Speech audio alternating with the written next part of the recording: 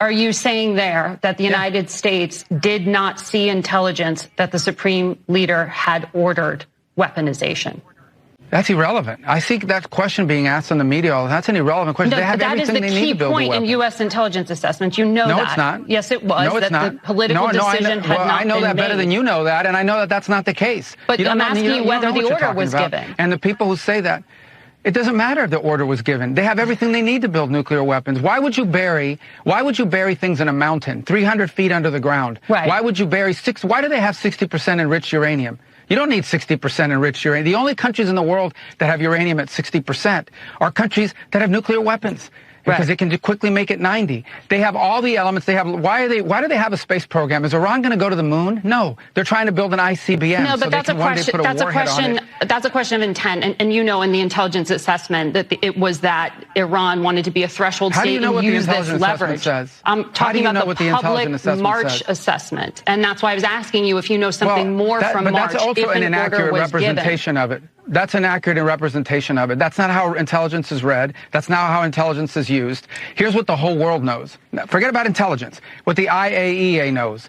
They are enriching uranium well beyond anything you need for a civil nuclear program. So why would you enrich uranium at 60%? Right. If you don't intend to one day use it to take it to 90 and build a weapon. Right. Why are you developing ICBMs? Why do you have 8,000 short-range missiles and 2,000 to 3,000 long mid-range missiles that you continue to develop?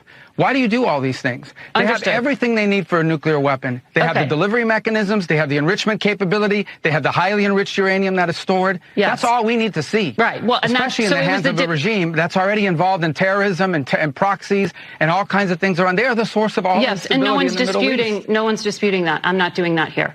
And they were censured at the IAEA for that enrichment and for violating their non-proliferation agreements. I was simply asking if we had intelligence that there was an order to weaponize, because you said weaponization ambitions. Well, we have intelligence that they have everything they need to build a nuclear weapon, and that's more than enough. Okay. Do you expect Iran to move to close the Strait of Hormuz to try to disrupt oil transportation across the world? Well, I encourage the Chinese government in Beijing to call them about that, because they heavily depend on the Straits of Hormuz for their oil. If they do that, it'll be another terrible mistake. It's economic suicide for them if they do it. And we retain options to deal with that. But other countries should be looking at that as well. It would hurt other countries' economies a lot worse than ours. It would be, I think, a massive escalation that would merit a response, not just by us, but from others. They're going to say what they need to say. You know, these are the things that need to happen for their own internal politics and so forth. But in the end, we're going to judge them by the actions that they take moving forward. We had 3 objectives. We struck those 3 objectives with decisive force. That was the point of this mission, and that's what we achieved. What happens next will depend on what they do. They want to negotiate, we're ready to negotiate. They want to get cute and do things that are dangerous, we have responses available that are devastating.